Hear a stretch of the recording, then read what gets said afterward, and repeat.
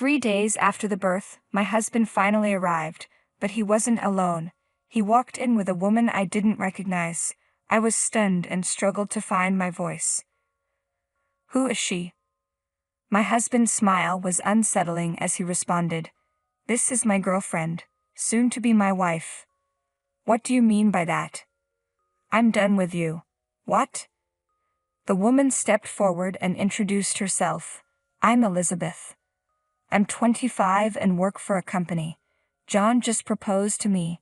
We first met in high school and began dating in our freshman year. We had a brief breakup during our senior year, but after graduating college and going our separate ways, we reconnected at a reunion with old classmates. When we reconnected as adults, my perception of him shifted once more. We spent a lot of time together, rekindling our relationship. 3 years into our renewed romance, he proposed. "Elizabeth, I will love you for the rest of my life. Will you marry me?" His words touched me deeply, and I said yes. Our new life together as a married couple brought me immense joy. Even though we both had demanding jobs and only saw each other in the evenings during the weekdays, I cherished our time together. The fact that we could spend the nights together, without the hassle of constantly moving between our homes, made me incredibly happy. Back in high school, neither of us knew how to cook. However, living on our own in college gave us the chance to hone our skills. By the time we were together, we had each become quite proficient in the kitchen, which allowed us to share household responsibilities and enjoy a well-balanced life. My husband's specialty was fried foods, and he excelled at it. Since I'm not as skilled with frying, I was grateful that he was happy to take on that task for me. In contrast, I excelled at cooking Japanese dishes, like simmered vegetables. My husband would often praise my cooking, appreciating the perfect balance of flavors. Not too rich, not too bland. I envisioned a future where we continue to support each other and live happily together. 1 year into our marriage, I discovered I was pregnant. Overjoyed, I shared the news with my husband immediately. "John, I'm pregnant." His eyes widened in shock. "Really?" "Yes, it's true." For a moment, he just stared at me, his mouth hanging open in disbelief. "John, oh my God, I'm going to be a father." He finally snapped out of his daze. "Wow, your reaction was a bit delayed. You really caught me off guard." "I'm just so excited." "Yes, I'm excited too. If we're going to have a baby, we'll need to give it our all." My husband was thrilled about the news of my pregnancy, and I looked forward to raising a child together with him. At first, he was very concerned about my well-being. "Elizabeth, make sure to take it easy, okay? If you're finding it tough, don't hesitate to quit your job." "I'd appreciate that, but I plan to work until my maternity leave begins." "All right, I'll handle the housework." "Thank you." Thanks to his unwavering support and dedication, I was able to rest well despite the morning sickness. As I entered a more stable phase of pregnancy, the delivery date drew nearer. However, I noticed that my husband began coming home later and later. "Did you work late again today?" "Yes, I've been delegating tasks to my coworkers.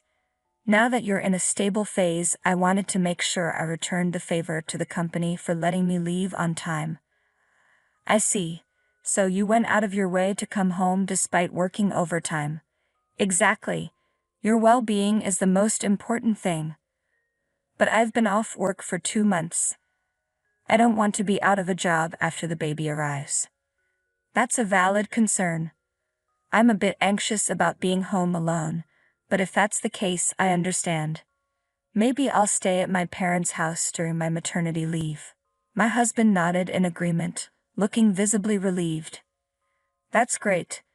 Then I can work overtime without worrying. I'll miss seeing you until after the baby is born, but I'm grateful for the support I'll get from my parents at home."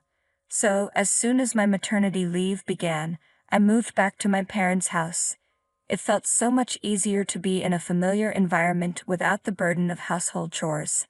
Having my mother nearby gave me a comforting sense of security. However, there was one thing that troubled me. My husband had been slow to respond to my messages. Previously, no matter how busy he was, he always replied within the day. Even during my morning sickness, he would respond quickly, even while at work. But now I often didn't receive a reply until the next day, and sometimes even 2 days later.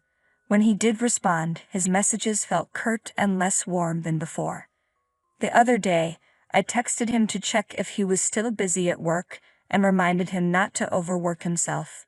His reply was a brief, "Yeah." Not being able to see him in person made me anxious about his lack of response. However, since I'm pregnant, I decided it was best not to let it get to me. I resolved to give him some space and focus on staying positive by planning for the baby's arrival. I had been busy buying a lot of baby items. "Oh, Dad, you're buying so much. It's important to make sure the baby is safe and comfortable. You're really excited about your first grandchild. And you're the one constantly asking the shop assistants for advice." Thank you, Mom and Dad. My parents were eagerly anticipating the arrival of our child. I managed to stay positive despite my husband's slow responses, and now my due date had arrived. I sent him a message letting him know that today was the day and asked him to be ready to come to the hospital as soon as he heard from me. However, he didn't even read the message. Maybe he's just caught up at work. He knew my due date was approaching, so he could have been a bit more attentive. As my labor pains began, we headed to the hospital. The moment I had been waiting for was finally here. With no time to call my husband myself, I asked my mother to leave a voicemail informing him that I was about to give birth. Despite this, he didn't show up, even as night fell, and he didn't return any of my calls. Ended up on the delivery table without him. Birth was more difficult and prolonged than I had anticipated as the umbilical cord was wrapped around my baby's neck. The delivery was far from easy, and my baby was born nearly a day after contractions began. However, as soon as I held my baby girl in my arms and looked into her tiny face, all my exhaustion and pain seemed to vanish instantly. She was truly beautiful. "You worked so hard to come into the world, didn't you?" I briefly said goodbye to my baby and then lay back to rest, feeling completely drained from the long hours of labor. Later, I woke up in my hospital bed to find my mother keeping watch over me in the room.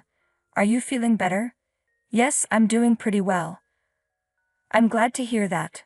"Mom, what's wrong? You don't look well." "I haven't heard from John since you went into labor." "Really? What on earth is he doing? We've already had the baby." I was furious. Why hadn't he come to the hospital? After I sent him a message saying the baby had been born, he replied several hours later, saying he could come to the hospital the day after tomorrow. Why can't he prioritize coming here? I tried to stay positive and focus on the birth, but now that the baby is here, I can't keep my feelings in check. Why isn't he here with us now, for his own child's birth? He should be flying in. Is his job so strict that they won't let him leave? I channeled all my frustration into the message I sent him, but he only read it without responding. What is going on? He was so thrilled when I told him I was pregnant. Why does he seem so indifferent now? My parents were outraged by his unreasonable behavior. My father vowed to give him a stern talking to the next time he saw him. 3 days after the birth, my husband finally showed up, but he wasn't alone. He arrived with an unfamiliar woman, leaving me speechless with shock. "You seem to be doing well. Then why did you send me messages that made it sound like you were in a crisis?" Huh. Not only had he come with a stranger, but his cold demeanor was also a shock. I was taken aback, struggling to find my voice. "Who is this woman?" I managed to ask, "Who is this woman?" And my husband responded with a smile. "She's my girlfriend. Actually my future wife." "What?" The woman beside him chimed in. "Oh. What do you mean by future wife?" She laughed and playfully tapped my husband on the shoulder, saying, "Oh, this is so embarrassing." "What do you mean?" "Don't you understand? It means that you and I are divorced." "What? Wait a minute, are you saying you were having an affair?" Adultery doesn't quite capture it. It's more that I found someone new to love, and we ended up together. I struggled to make sense of his words. I'm just tired of you. Huh. You know, men are drawn to women who take care of themselves. With that, my husband wrapped his arms around the woman beside him. Are you implying that I wasn't taking care of myself? You've put on weight and looked bloated because you were at home all the time. I was lying in bed because of pregnancy and morning sickness. Gaining weight during pregnancy is normal. And that's why I started seeing someone else.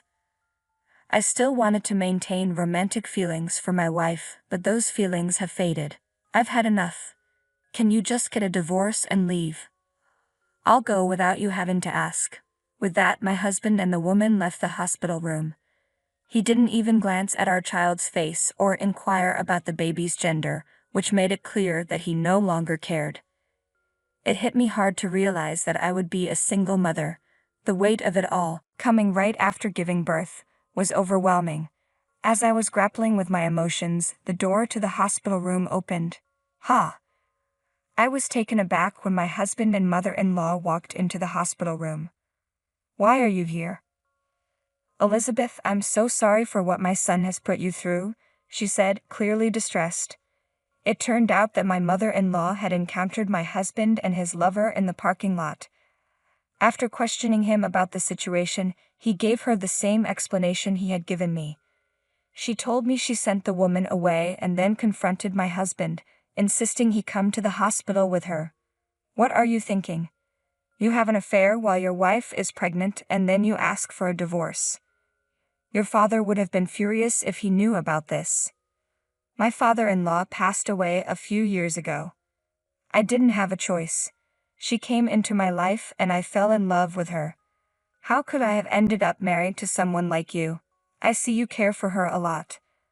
Elizabeth, do you still want to stay married to John? My mother-in-law asked, but I had already made my decision. No, I want a divorce. Well, that's your choice. My husband's face brightened at my response. Then everything is settled. Then you'll need to pay alimony for your infidelity and child support. What? Absolutely. You committed adultery and now you need to take responsibility. If you divorce Elizabeth, I'll stop supporting you financially. What? You can't be serious. Supporting me? What do you mean by supporting me?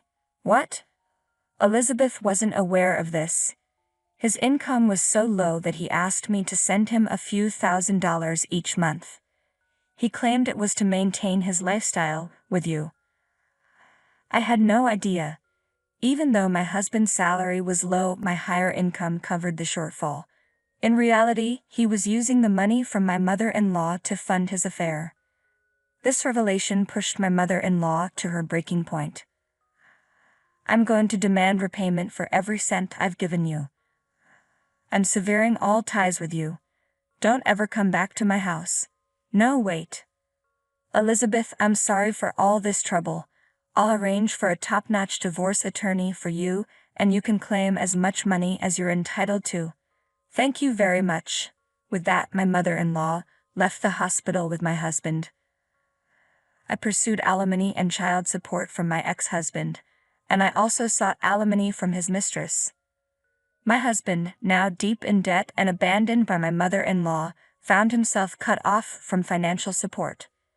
His mistress left him as well, since he no longer had any money to offer.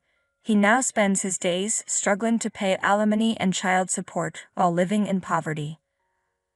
I have no intention of letting my child have any contact with him. My goal is for him to live with regret while fulfilling his financial obligations. As for me, I've returned to work as a single mother, dedicating myself to both my job and raising my child. I continue to stay in touch with my mother-in-law, sharing updates and photos of my grandchild with her. Despite the pain my ex-husband caused, I'm grateful for the positive outcome of meeting my wonderful mother-in-law. His behavior during my pregnancy was reprehensible, and while I wish there could be harsher consequences for him, I'm relieved that his mistress decided to move on from him. I hope that you and your daughter find joy and happiness together in the future.